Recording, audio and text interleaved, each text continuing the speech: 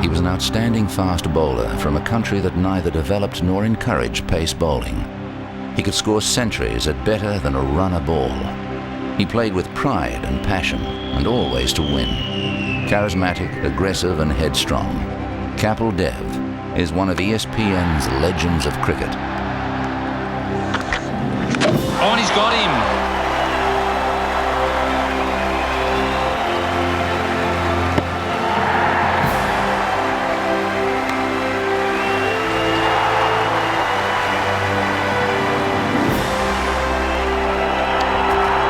He's done!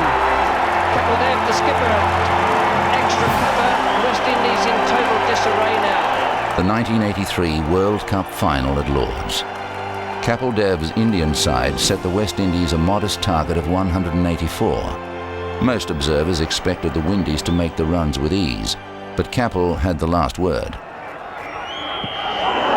That's out. Yes. Tremendous performance by this Indian side. And here's a man who's been largely responsible for it over the last 2 weeks. Yeah, while growing up, obviously, we saw a lot of Kapil Dev, and the bowlers wanted to always become like Kapil Dev, and the batters wanted to become like Sunil Gavaskar. So I saw him lifting the World Cup, and that's a fond memory. No Indian can forget about that. Edged and taken at second slip, and Kapil Dev gets 8 for 106. Great cricketer. I think a lion-hearted cricketer. Never once refused bowling a spell. Would come out day in, day out and deliver the goods for India. A magnificent athlete. If you see him fielding in the outfield, you would say he's a real natural. And to be honest, amongst those 4 great all-rounders, Botham, Hadley, Imran and Kapil, I think he was the most naturally talented of those 4 all-rounders.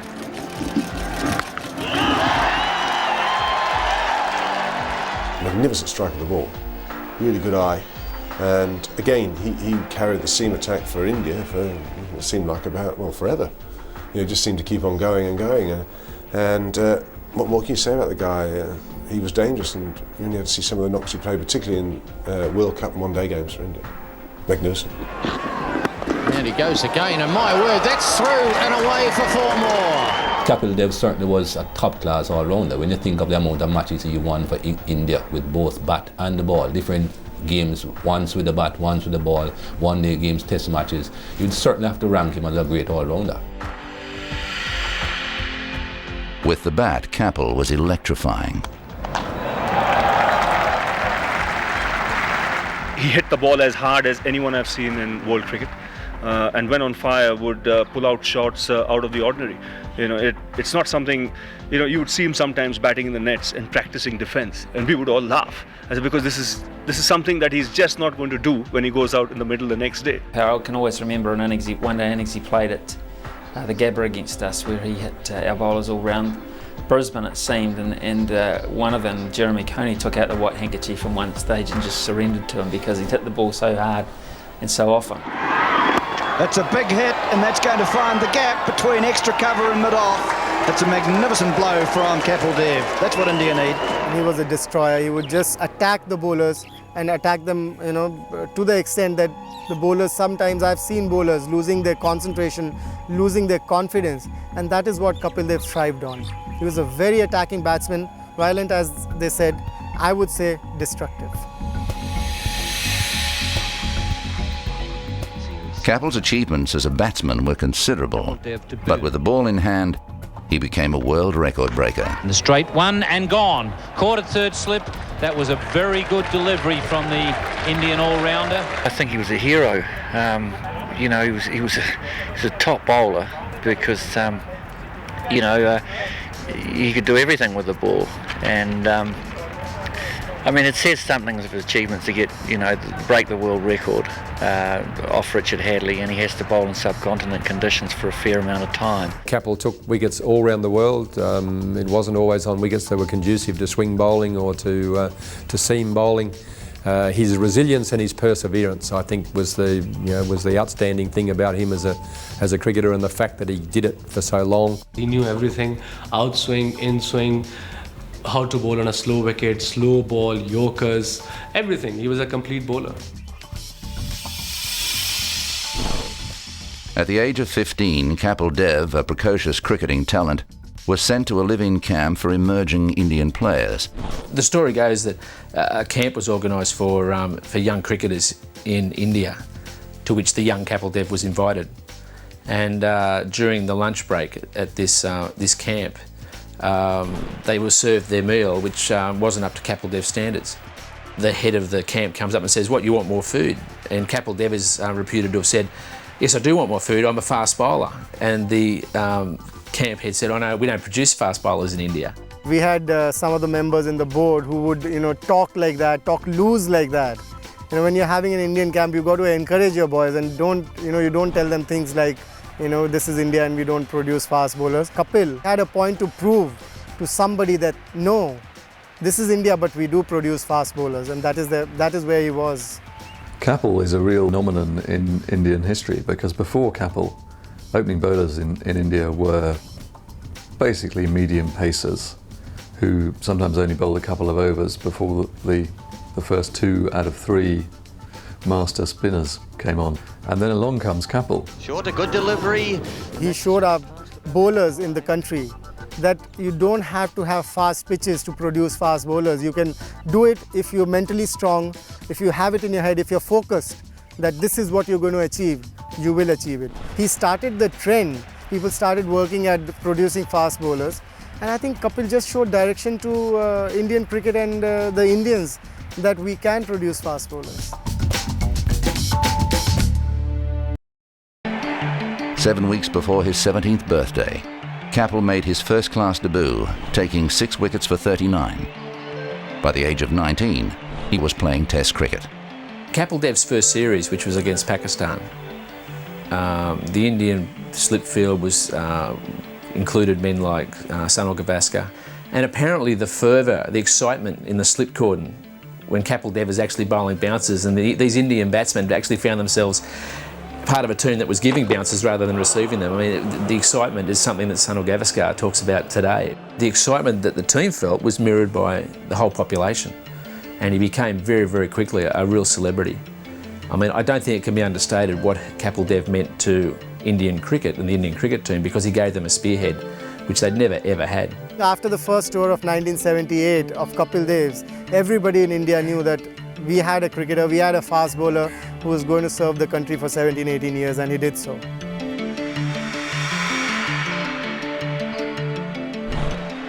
Against the West Indies in 1978-79, Kapil scored his first Test century. 1978 series, he showed all the batsmen that if you attack the bowlers, they can also crumble, and they did. They wanted to disturb his concentration, the West Indian fast bowlers, but they couldn't do it because he just took the attack to the opposition. He would just hook them and pull them at will. Within 12 months, Kapil became the youngest and quickest player to take 100 Test wickets and score 1,000 Test runs, beating records set by Graham Mackenzie and Ian Botham. Kapil Dev's batting is always something that's tended to be overlooked when you look at his performances, purely and simply because he took 434 Test wickets. Generally, people don't look beyond those sorts of figures, but his batting was top class because he scored Test hundreds against the West Indies as well, and that was always the benchmark of the era that Kapil Dev played in. In January 1980, Kapil Dev took 11 wickets and made 84 runs to steer India to its first series win against Pakistan since the early 50s. The more the challenge, the better he would perform. And the challenge for the Indians playing against the Pakistan was much more. Not because of the players, not because of the players playing against each other, but because of the traditional rivalry that is there between India and Pakistan, and the expectations are very, very high. So I think what Kapil Dev, I saw him doing was raise his game when the opposition was tough. And that is what he did during this test match. I mean, getting 11 wickets in the test match and then, scoring those runs quickly. In the third test against Australia the following season, Kapil demonstrated not just his talent, but also his sheer courage, taking 5 for 28 while hampered by injury. There's a neck and there's a huge appeal, and he's given him out, he's gone. Dyson caught behind of the bowling of Kapil Dev, and the Indians have broken through. Kapil was injured in that game, came into the game injured I think, and needed pain-killing injections to get through it. That was an example from Kapil's point of view. A lot of blokes probably would have just bowled the minimum number of overs they could have got away with in that circumstance because they were injured, but he took on the workload. He bowled a lot of overs and he bowled very well. He had a major injury in his thigh and his hamstring, but he went on to get 5 wickets and win the test match for India. So that speaks volumes for Kapil Dev. I mean, that was his quality, and that is why he was the greatest, one of the greatest all-rounders the world has ever seen.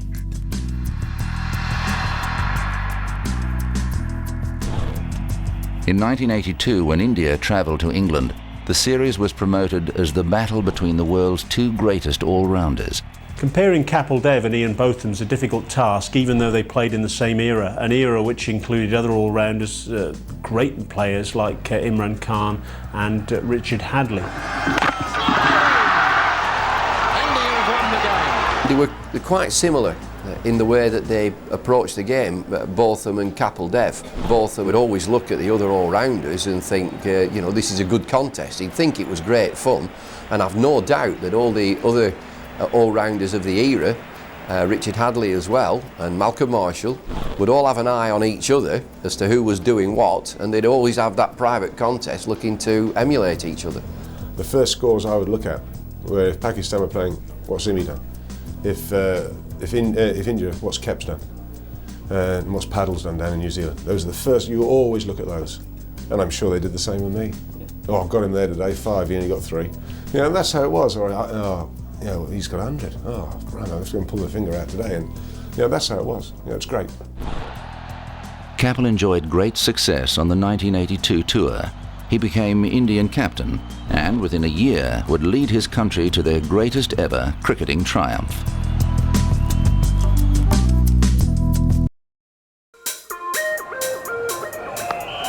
Good shot.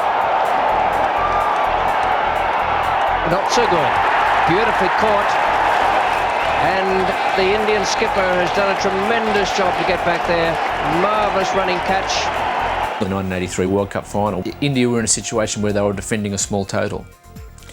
And Kapil Dev had to instill in the side the confidence that they could still win, which he was able to do. It wasn't any ordinary batting side that he was up against. India, through the mid-80s, struggled a lot, and there was a lot of criticism of Kapil Dev's captaincy.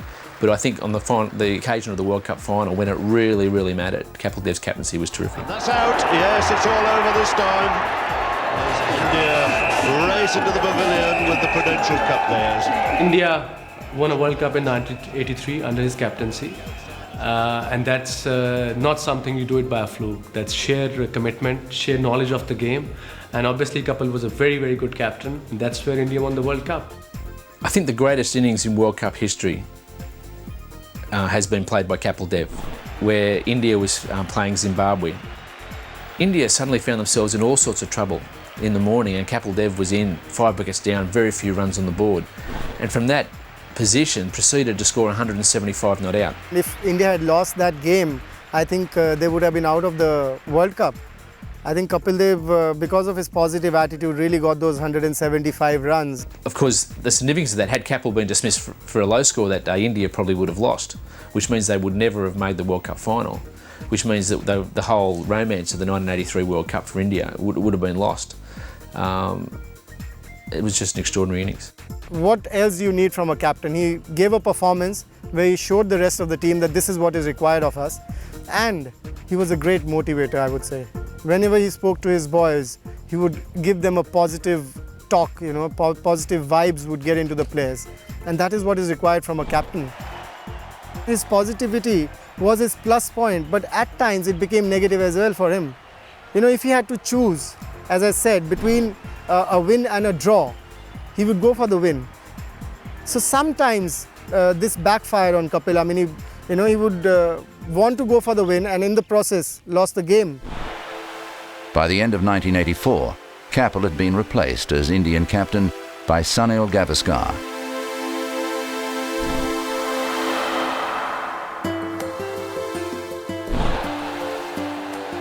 During the 1984-85 home series against England, Kapil was dropped inside for the first and only time in his career. In trying to in Bombay, he holed out a deep long off when he was under instruction block until they dropped him for the second test, and he came back in Madras and Chris Cowdery was bowling, and Chris got a wicket, and Kapil has walked into a huge reception. Everybody wondered now, how do you play your first ball after you've been dropped? Are you going to make a gesture? Are you going to say, let's have peace and I'll play properly? First ball from Cowdery was as near a wide as you can ever get without it being called, and he launched himself at it, and he smashed it through Norman Cowan's hands at wide mid-off and turned and waved his bat to the dressing room. So that was his gesture as to what had happened. So he was a terrific character in his own country and an absolute legend.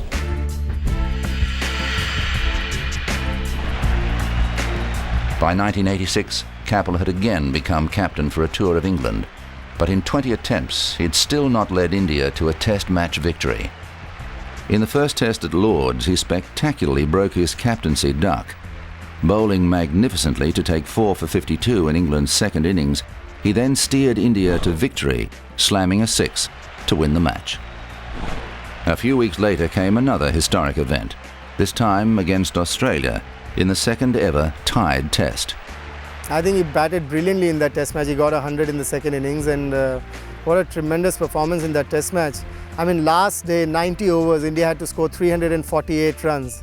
Now, you've played on a pitch for 4 days. There was wear and tear, and a target of 348 in 90 overs, that too against an Australian attack.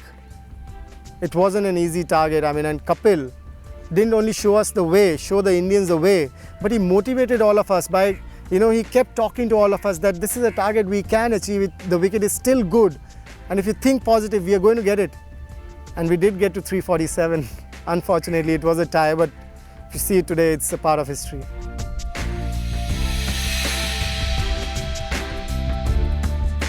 In early 1987, India narrowly lost a home test series to Pakistan, and Kapil's days as captain were over.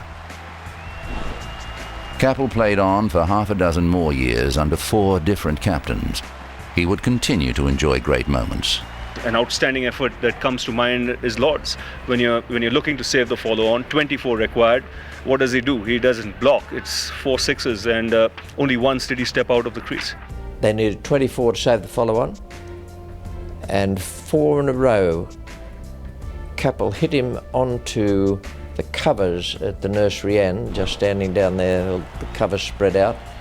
And I remember it because a good mate of mine who was doing the sponsoring of the covers.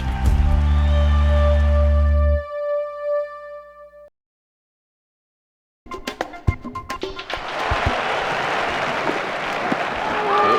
there for LBW, it's given him, out LBW. Straightening down the line, and 400 wickets for Kapil Dev, the second man in the history of the game of cricket. In his later years, Kapil's bowling was more stock than strike. Season after season of shouldering the load had worn him down. On the 1991-92 tour of Australia, Kapil seemed a rejuvenated bowler. He's a very happy man. In 91-92, I was really looking forward to getting into these guys because they weren't super quick.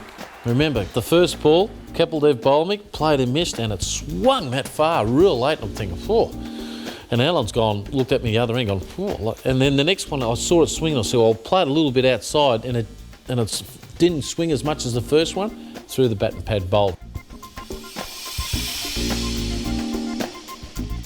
In 1993-94, against Sri Lanka, Kapil passed Sir Richard Hadley to become Test cricket's highest wicket taker. He was a brilliant player to get over 400 Test wickets, mainly coming from India. His conditions suited Australia, or suited England, not suited India at all. But he just had this ability to get wickets when it counted. He had nice and tight, great technique, and a pretty good bloke to boot. It had been a long, hard slog. Kapil's 300th wicket had come in 1987, but had taken 5 more years to reach 400. And a further 2 years to break Hadley's record. It took a long time for him to reach the 432 that he needed. Because of his injuries, he couldn't bowl longer spells and he couldn't really put everything into the ball. But when he got those 432 wickets, I think it was a great moment and really did proud to all us Indians.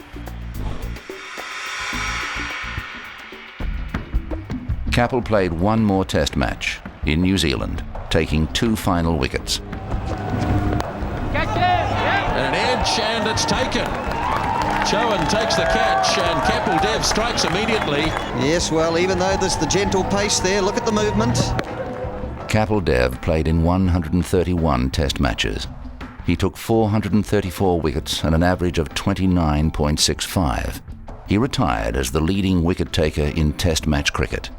He scored 5,248 Test match runs at an average of 31.05. Yeah, Kapil, I'd put him down as a great fighter, someone who persevered, someone who never gave in. He might have figures of none for 100, but he still kept running in and he still kept trying to get wickets the same way he always did.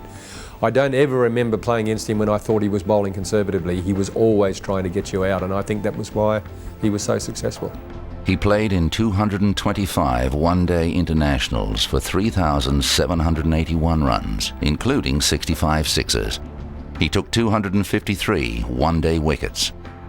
For 6 years, he was the leading wicket-taker in one-day internationals. He was a fighter to the core. He would accept challenges. The more the challenge, the better he would perform. I think that's a quality in any great player, and that is the quality Kapil Dev also, had.